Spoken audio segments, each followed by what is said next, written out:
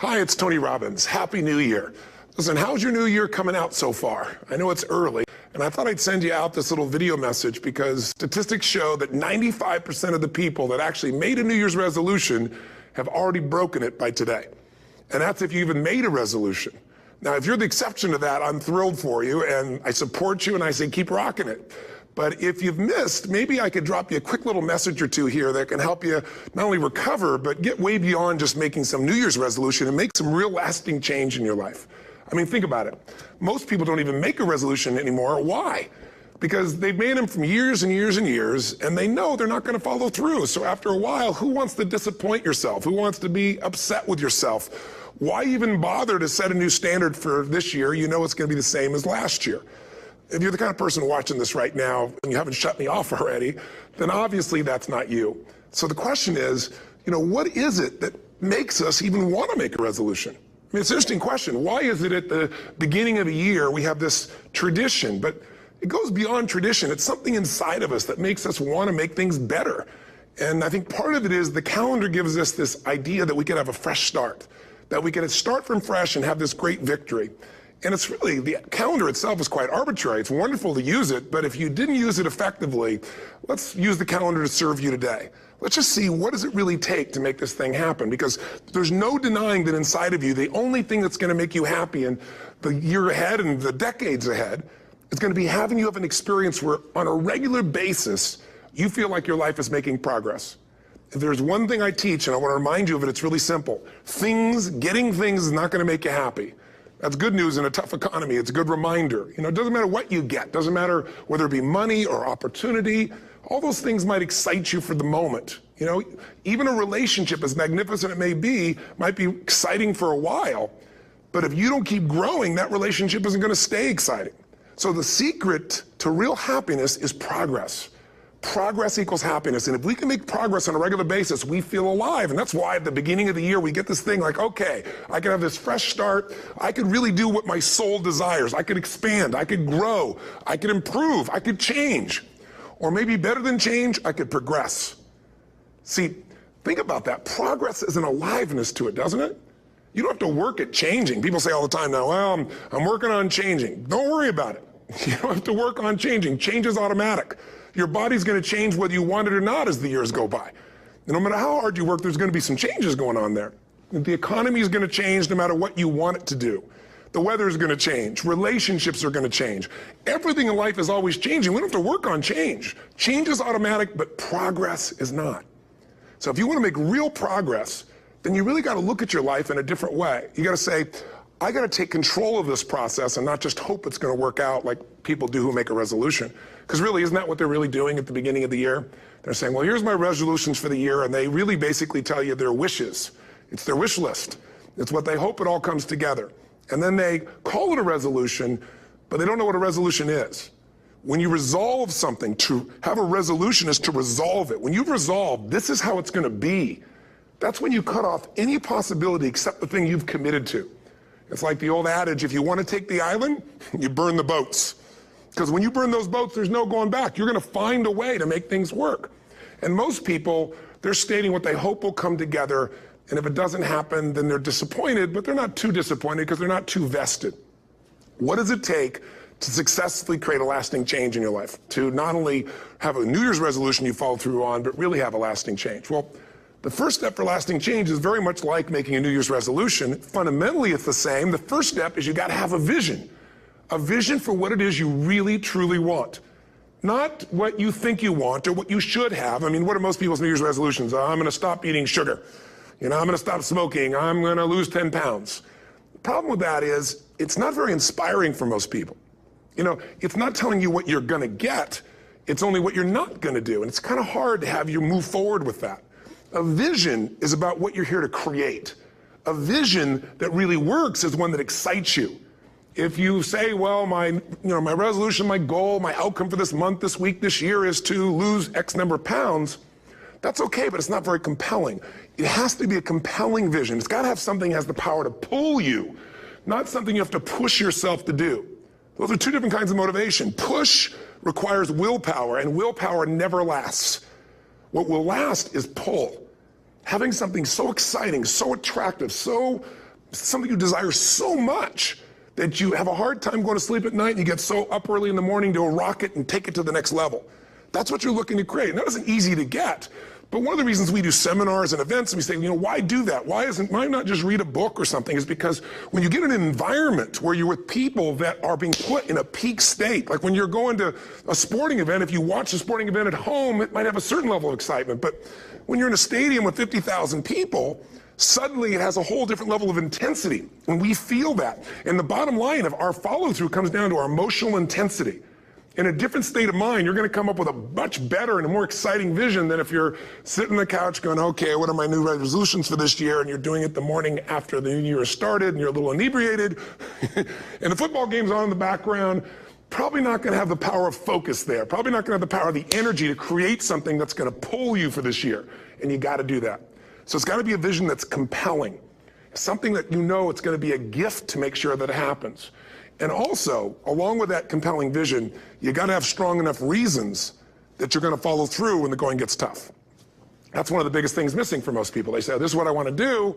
It's not very exciting. It's not very compelling. But most importantly, they don't have strong enough reasons to push themselves through what's going to be necessary to get that dream, to get that goal, when the inevitable challenges come up, when you're starving, hungry, and you're trying to go on a diet, right? When you got no time and you're stressed out and you haven't worked out still, and that's what you're supposed to do.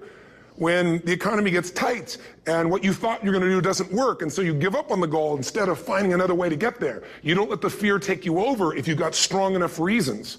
Those reasons can be positive, or those reasons can also be negative. They can be, if I don't do this, this is going to cost me. And if I do this, this is what I'm going to gain in my life. Reasons come first, answers come second. If you get a compelling vision and you got strong enough reasons that will push you through the tough times, you're going to do things other people don't do. Instead of collapsing, even if you get off target, you won't go, oh, I blew it. You'll get right back on target, make the change, make things happen. And I know you've done this in many areas of your life. Just think about it again. I'm not teaching you something really new here today. I just want to remind you of what your soul knows. You got to change, you got to improve, and you got to go through a simple process fundamentally to make that progress. First step, vision that's compelling. Second step, make sure that there's strong enough reasons to follow through. Third step, you got to review it and feel it every day. I mean, anything. Have you ever had this happen in your life? Has there been anything in your life that you've ever wanted so badly? You were so desirous of it. You had such a hunger for it that you couldn't stop thinking about it. Could have been a career move, could have been when you were a kid, a car, it could have been a relationship, it could have been anything, but you were obsessed. You wanted to make this happen. You wanted to attract this to your life. You just wanted something. And you didn't even know how to get it. But it was so compelling to you. You kept thinking about it every day, envisioning it, imagining it, feeling it. And then stuff happened. And suddenly you started to attract people or situations to your life, and it just came together. Like, you didn't even have a total plan. It was just that it was so a part of your focus with so much intensity and emotion so often that it sensitized you to notice anything that could get you there. There's a part of your brain called the reticular activating system. For short, we call it the RAS. That part of your brain determines what you notice in the world. And it's really important because when you set a goal, when you get really clear on a vision and there's strong enough reasons and you review it enough and it becomes a part of you, that part of your brain says, anything that relates to this, I need to notice. It's like, did you ever buy a certain kind of car or maybe a certain outfit and suddenly you see that car everywhere or those outfits everywhere? Well, the cars were always around, but why do you see it now? Because your RAS knows this is important. This is part of my world now.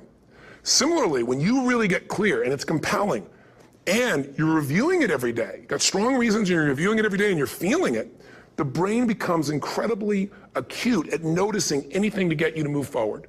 And so that's the power of this. So, what do people do with a New Year's resolution? They come up with something they kind of want. It's not a compelling vision.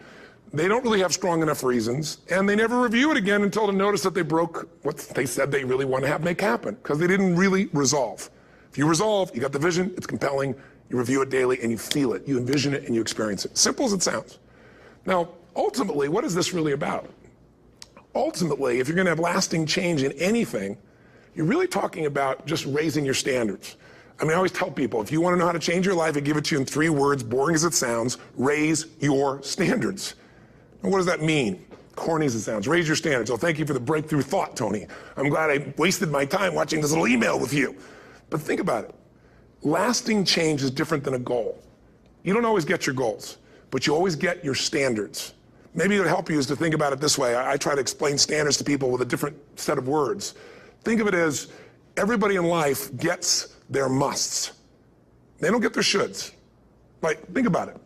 Most people have a list of shoulds, don't they? Don't you have a list of the shoulds, things you should do, you should follow through on? I should lose some weight, I should work out more, I should make more calls, I should respond more rapidly to my email, whatever, you know? I should get into the office earlier, I should be, more confident. Whatever your should list is, people love to have their should list be met, but it's kind of like New Year's resolutions.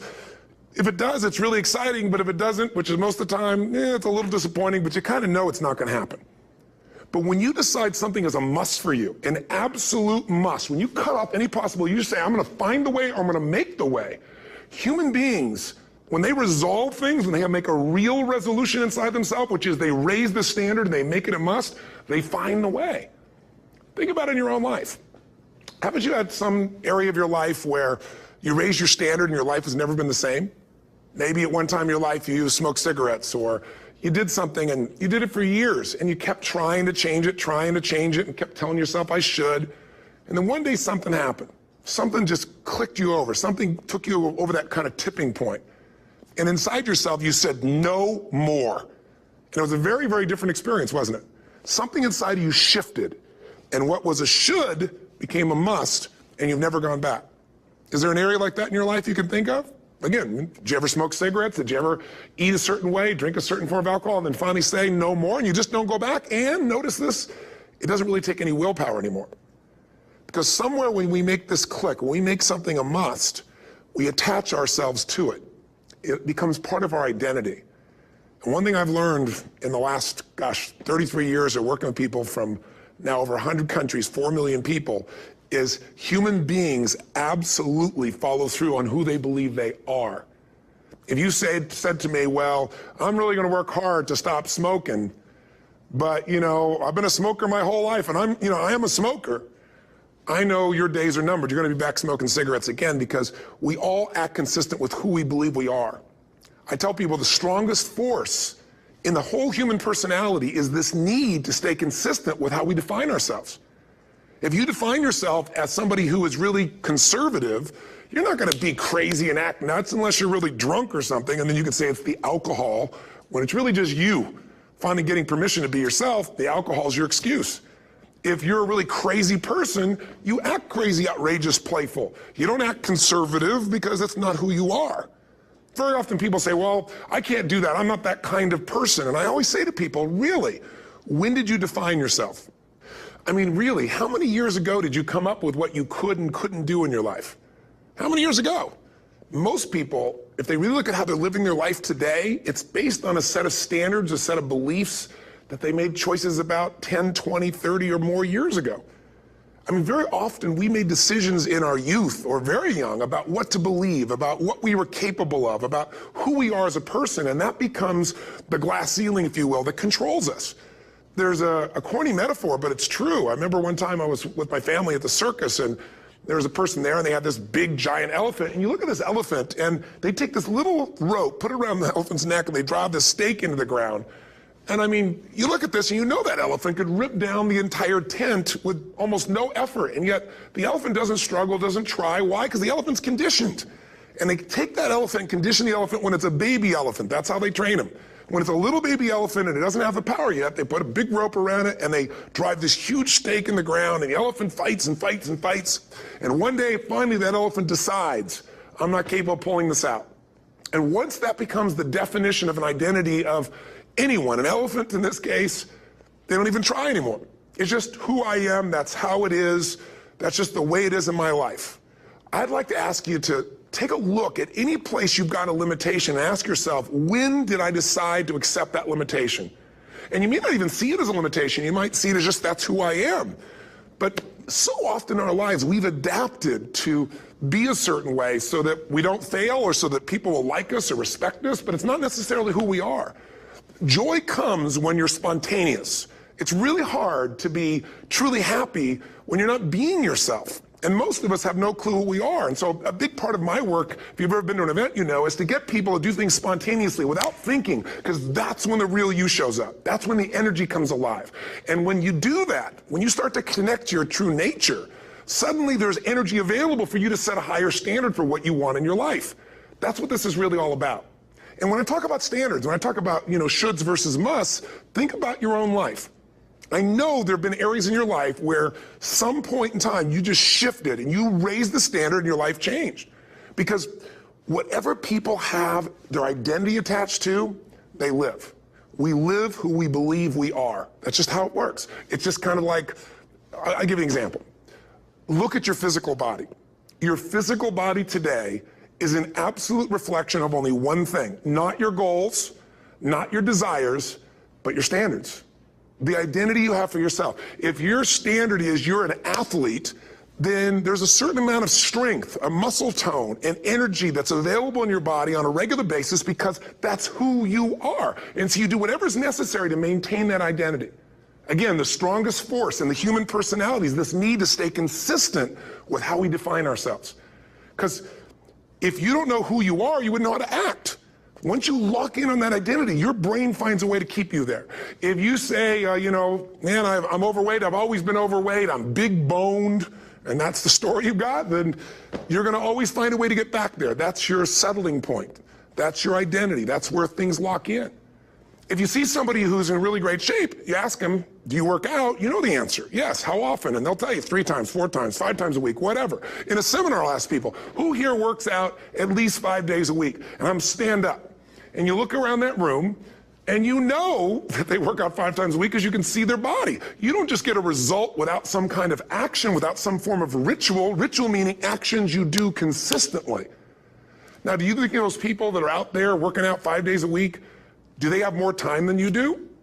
Or I have, or anybody else? Of course not.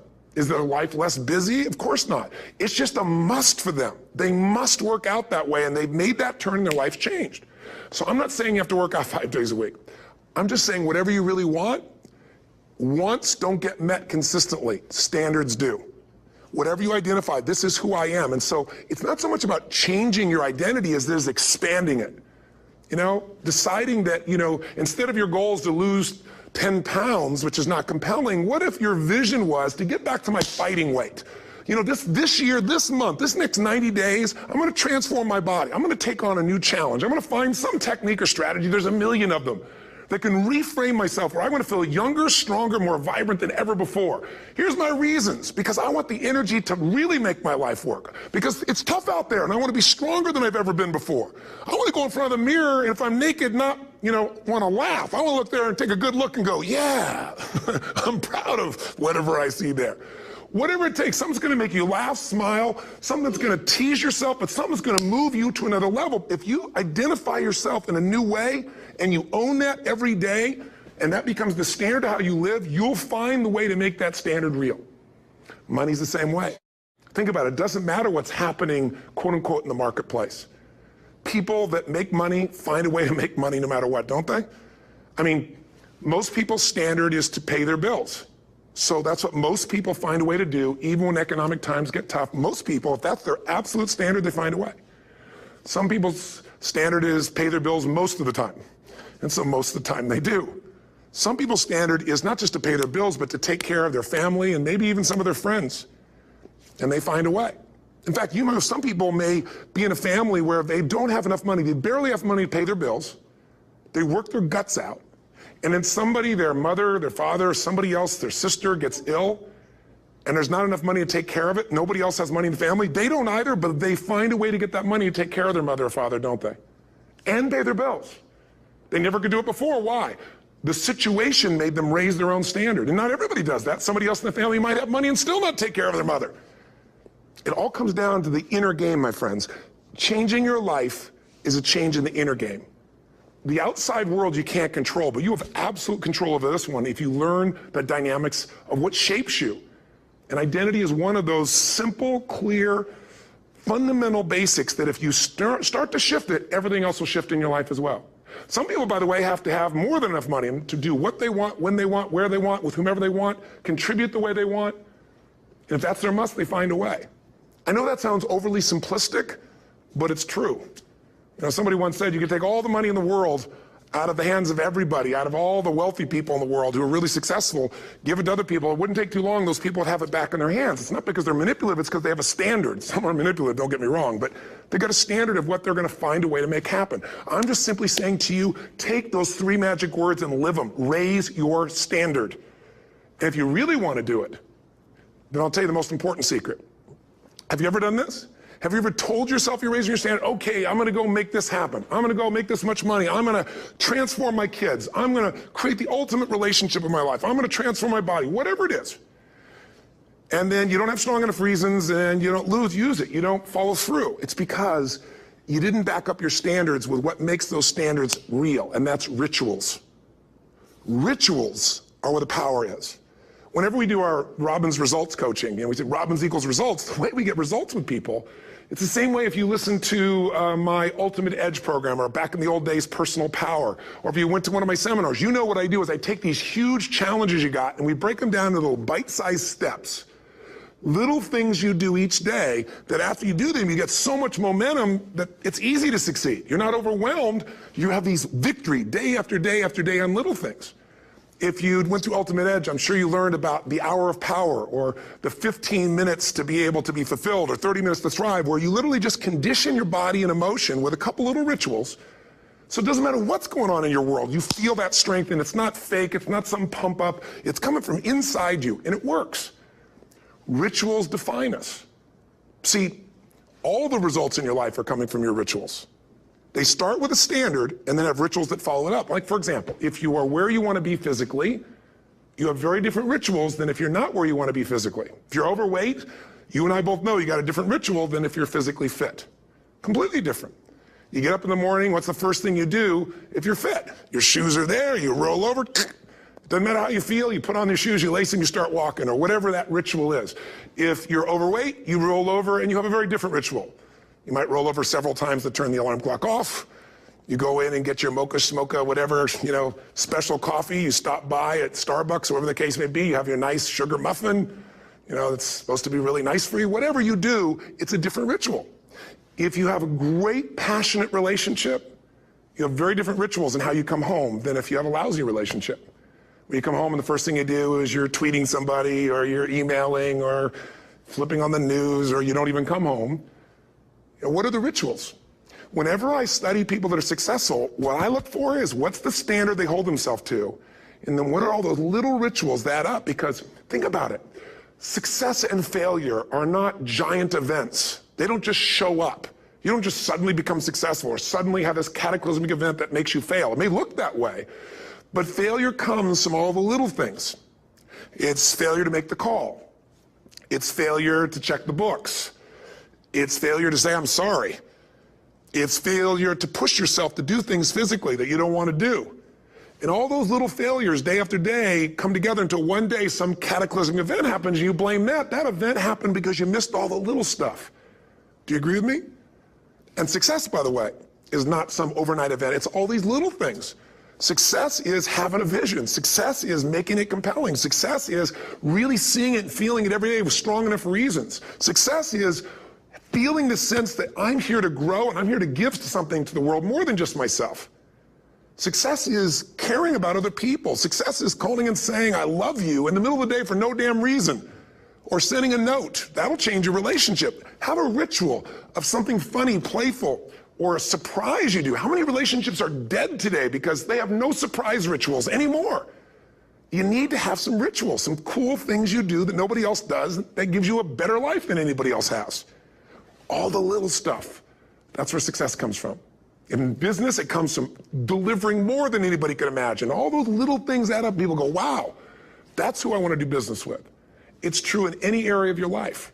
So if you look at somebody who's really successful and you think, wow, they're so amazing, they're such a genius, you got to dig underneath and you got to remember something. People are rewarded in public for what they've practiced for years in private.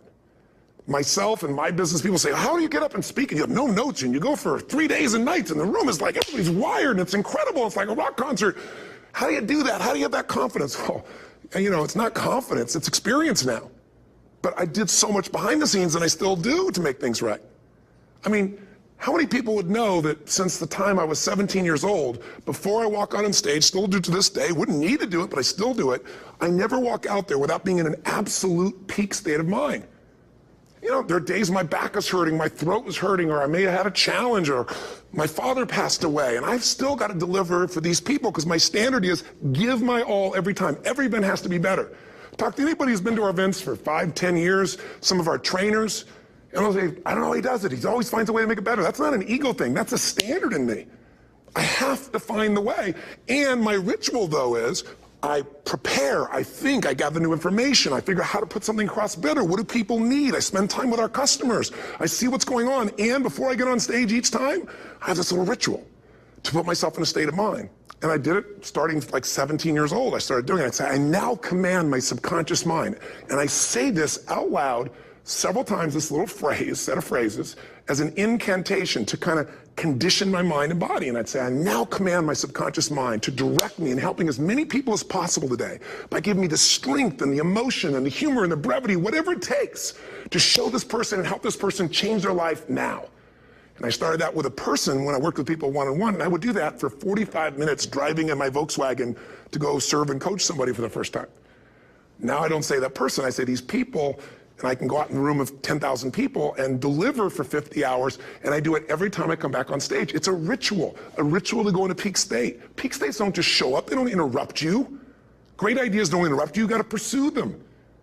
I talked to Michael Jordan, I'll never forget, at the peak of his career, and got to watch his final game, saw him backstage and spent some time with him, and it was a pretty exciting time. He was the greatest basketball player I think that ever lived and has ever lived. And I asked him, I said, you know, what sets you apart, Michael? You know, what is it? And is it God-given talent, ability, skill? What is it? And he said, Tony, you know, he said, I can shoot you straight, and you know it's not, you know, me trying to act humble. He goes, I have a lot of talent, a lot of God-given talent, a lot of skill. I've worked really hard, but he said, really, it's my standards. He said, every day I demand more from myself than anybody else could humanly expect. I'm not competing with somebody else, I'm competing with what I'm capable of. Magic formula. Because most of us lower our standards, why? Because who you spend time with, my friends, is who you become. One of the biggest reasons I started going to seminars when I was like 17 is I had nobody around me as a great role model. I could read about somebody, but being around people, being in that environment was very different. Finding a way to go to work with someone who lived that standard of life was very different. You get around people with low standards and you compete with it. You don't need to compete with it. It's like, okay. I mean, remember Jerry Springer? I don't know if he's still in the air, but you know, I remember he used to get people on the show and I thought, where would he find these people? And why would people watch? I'll tell you why they watch. They watch these people and go, my life's still pretty darn good compared to that person. Look at them. You don't have to change your life. All you have to do is find somebody with a lower standard and you'll feel good about yourself. But if you feel that good feeling, it's an illusion. The only thing that's going to make you happy, my friend, and this year or any other, is to step up. It's to raise the standard. It's to discover what you're capable of and feel that incredible power of pushing through whatever's holding you back and get to the other side of more of your true self. That's what this game's all about. And look at the best of the world in anything. Tiger Woods, what's his vision? To win golf tournaments? No, to be the best that ever lived. That's his goal, that's his vision. But here's what's interesting, he backs it up with rituals. If you just have a vision and you don't have the rituals, stop lying to yourself. His rituals are, he started doing things nobody did before. He went and started lifting weights. Golfers lifting weights? No way.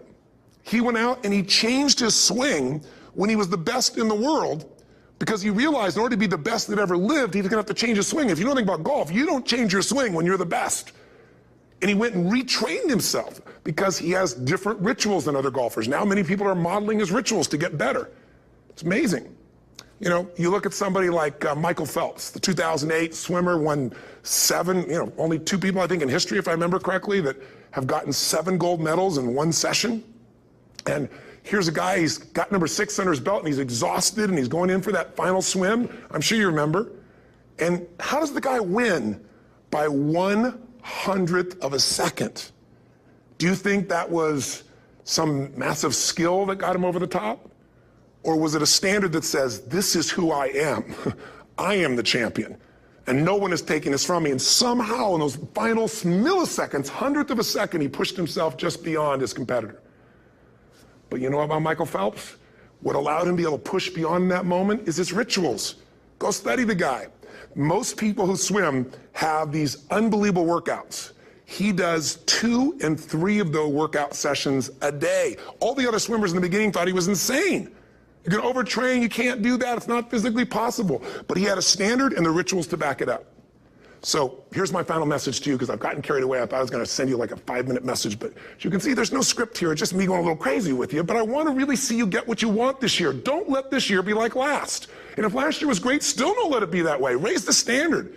If your life is perfect and extraordinary, you darn well know you're not going to be happy unless you keep making it better. That's what makes us feel alive. It's not what we get that make us happy. It's who we become and what we're able to give because we become more. That sense of contribution is what creates the deepest meaning. So here's my assignment for you if you want one. If you want to go from conversation to some action, here's a simple thing to do. What's an area of your life right now that you really want to improve? What's an area that's important to improve? If your body's great, how about your career? If career's great, how about your relationships? Intimate one especially, or your kids, or your relationship with your creator, your spiritual side of your life. Or is it your finances?